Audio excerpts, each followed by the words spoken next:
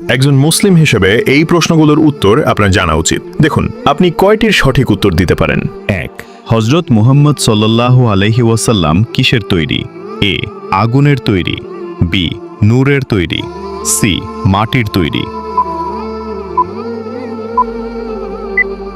আপনি কোনটা জানেন? সঠিক উত্তরটি কমেন্টে জানান।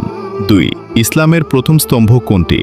এ নামাজ, বি কালিমা, সি রোজা।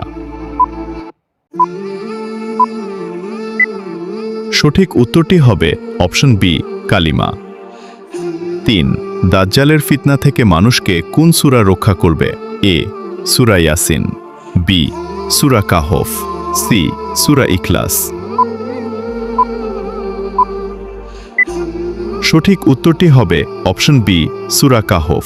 আপনি যদি আমাদের প্রিয় নবীকে ভালোবাসেন তাহলে কমেন্ট করুন আই লাভ মোহাম্মদ।